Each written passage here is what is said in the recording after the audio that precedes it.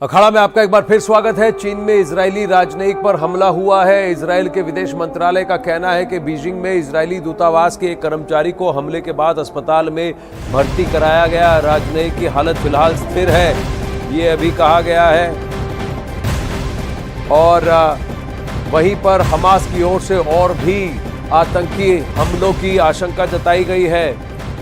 आज के दिन, शुक्रवार के दिन, नमाज के बाद हर जगह, कई जगह पर प्रदर्शन तो हो ही रहे हैं दुनिया में अलग अलग जगह, लेकिन हमास की तरफ से ताबड़तोड़ आतंकी हमले हो सकते हैं, ये भी आशंका जताई जा रही है फिलहाल। लेकिन ये बताया जा रहा है कि इस राजनयिक को चीन में, बीजिंग में चाकू से बार बार उस पर आक्रमण किया गया है, उसको घात लगाकर उस पर अटैक किया गया है और फिलहाल अस्पताल में वो भर्ती है, राजनयिक इजरायली मूल का, जिसको कि अभी उसकी हालत स्थिर बताई जा रही।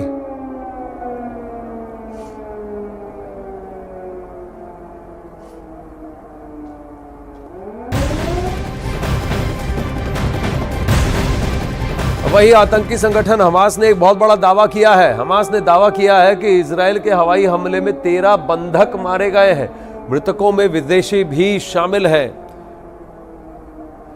तो हमास की तरफ से ये कहना, हमास कयास ये लगाए जा रहे थे कि 250 से 300 बंधक हमास बनाकर ले गया है जब वो इजरायल के दक्षिणी भाग में घुसा और वहां पर उसने नरसंहार किया और उसके साथ ही कई सारे लोगों को बंधक बनाकर अपने साथ लेकर गया। इसमें विदेशी मूल के, गैर इजरायली मूल के कई सारे ऐसे लोग मौजूद हैं। अब हमास का कहना है कि इजरायल की एयर स्ट्राइक्स की वजह से करीब 13 बंधक फिलहाल मारे जा चुके हैं।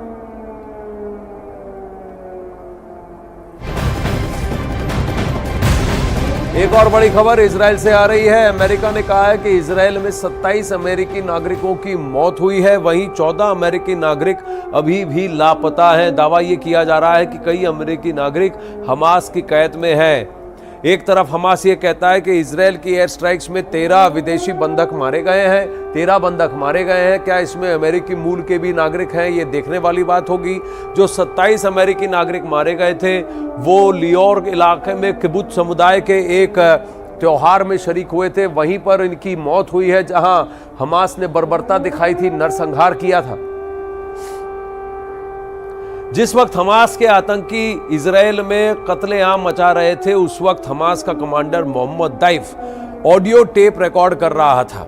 इजरायल में हुए संहार से जारी से सारी जिम्मेदारी, इसकी सारी जिम्मेदारी इस हमास के कमांडर मोहम्मद दैफ की बताई जा रही है। एक आंख से देखने वाला, दोनों हाथ दोनों पैर से अपाहिज हो चुके इस आतंकी ने ही इजरायल की तबाही की संपूर्ण स्क्रिप्ट तैयार की थी।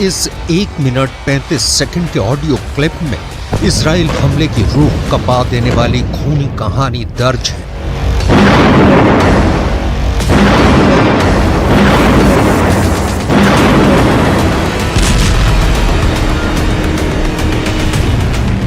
सिर्फ आवाज, बाकी कोई पहचान नहीं, क्योंकि वो अक्सर वीडियो में नकाबपोश ही नजर आता है या फिर सिर्फ उसकी परछाई ही दिखती है। वो कभी किसी को सार्वजनिक रूप से नहीं दिखा है, वो कभी भी मोबाइल या किसी दूसरे डिजिटल टेक्नोलॉजी का इस्तेमाल नहीं करता है। इसी ने इजराइल के खिलाफ हमास के हमले को अल अक्सा स्ट्रॉम नाम दिया।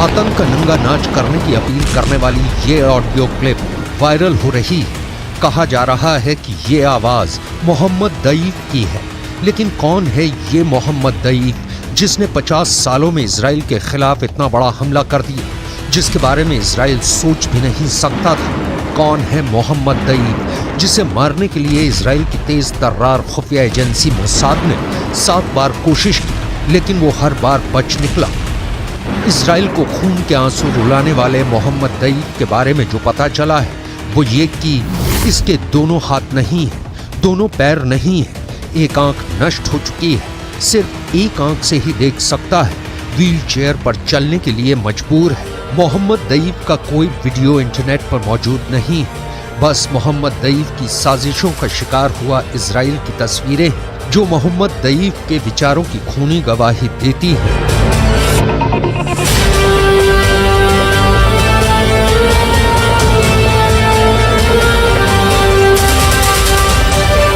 मोहम्मद दईफ की तस्वीरें भी जो आप इस वक्त अपनी स्क्रीन पर देख रहे हैं वो 20 साल पुरानी है। यानी मोहम्मद दईफ अभी कैसा दिखता है किसी को खबर नहीं। उसके बारे में गाजा पट्टी के लोगों को भी ज्यादा कुछ नहीं पता। मोहम्मद दईफ को दुनिया भर में नया ओसामा बिन लादेन का नाम दिया जा रहा है। गाजा पट्टी में मोहम्मद दईफ को लोग गेस्ट के नाम से जानते हैं क्योंकि मौत का दूसरा नाम मोहम्मद दईफ एक जगह कहीं ठहरता नहीं। मोहम्मद दईफ को नौ जिंदगी पाने वाली बिल्ली भी कहा जाता है क्योंकि कहा जाता है वो इजराइल के 9 बार के हमलों में अब तक बचता रहा है। लेकिन इंटरनेट पर मोहम्मद दईफ के बारे में जो जानकारी मौजूद है उसके मुताबिक मोहम्मद दईफ हमास के मिलिट्री विंग कस्साम का सुप्रीम कमांडर है। मोहम्मद दईफ ही इजराइल पर थल और नभ यानी पैराग्लाइडर से हमले का मास्टरमाइंड है। इसी आतंक के आका ने इजराइल को दुनिया के नक्शे से मिटाने की प्लानिंग की थी। इसी की कमान में हमास के सैकड़ों आतंकवादियों को एक साथ इजराइल भेजा गया। इसी मोहम्मद दईफ ने गाजा में बैठे बैठे इजराइल की सड़कों पर कत्लेआम की स्क्रिप्ट लिखी। इस मोहम्मद दईफ ने गाजा पट्टी के 20 लाख लोगों की जिंदगी इजराइल की मिसाइलों की ओर मोड़ दी। अपाहिज आतंकी ने रात के अंधेरे में जो कुछ रचा उसे अब पूरा गाजा पट्टी भुगत रहा है।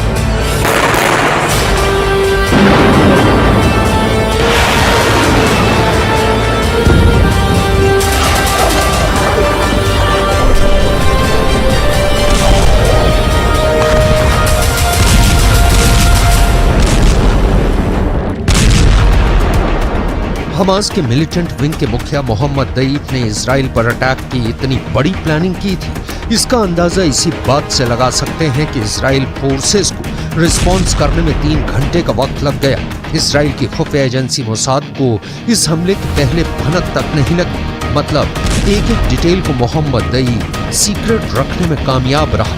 कहा जा रहा है कि यह हमला इतना सुनियोजित और बड़े लेवल पर प्लान किया गया था, लेकिन इसकी जानकारी हमास के दूसरे आतंकी कमांडरों तक को नहीं थी जब तक कि उन्हें अटैक का ऑर्डर नहीं मिल गया।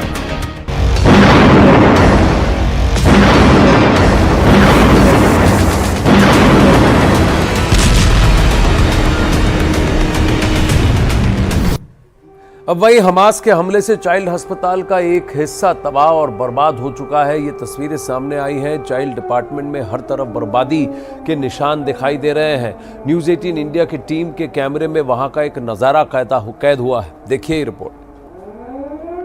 न्यूज़ 18 इंडिया आपको लगातार ग्राउंड जीरो से हर वो रिपोर्ट दिखा रहा है, हर जगह से हर पल वो रिपोर्ट दिखा रहा है जिसने इजराइल को चुनौती दी है हमास के हमले की। लेकिन सबसे अहम बात यह है कि हमास ने अस्पतालों को भी नहीं छोड़ा। ये जो डेब्रिस आपको दिख रहा है यानी मलबा जो दिख रहा है ये एक अस्पताल का मलबा है। बारजिलाई अस्पताल है, बारजिलाई यूनिवर्सिटी मेडिकल सेंटर जो कि एस्थेलॉन में है, जो कि बिल्कुल बगल में है हमास के। ये कांच के टूटे शीशे आप देख सकते हैं। ये अस्पताल पर हमला किया गया है। गनीमत था कि वहाँ कोई मरीज जहाँ बैठते वहाँ नहीं, बारजिलाई यूनिवर्सिटी मेडिकल सेंटर। और अब आपको दिखाता है जो डैमेज हुआ है, ये देख सकते हैं। ये सामने का एरिया पूरा का पूरा डैमेज हुआ है।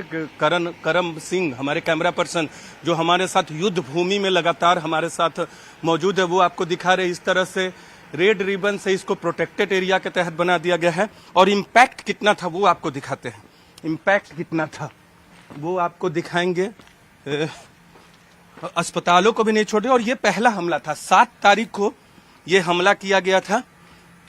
ये देखिए नीचे की दीवारें जो है दरक गई हैं।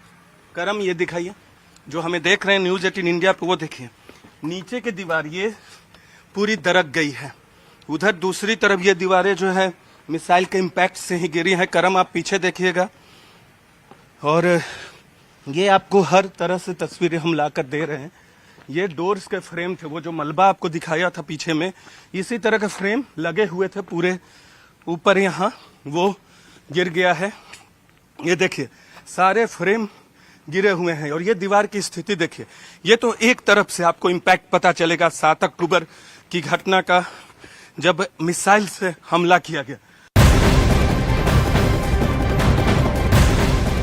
अब वही हमास के हमले के बाद इजराइल के समर्थन में कई देश आकर खड़े हुए हैं। अमेरिका के बाद ब्रिटेन ने भी इजराइल के सपोर्ट में एक बहुत बड़ा फैसला लिया है और पूर्वी भूमध्य सागर में नौसेना के 2 जहाज भेजने का फैसला भी कर दिया है।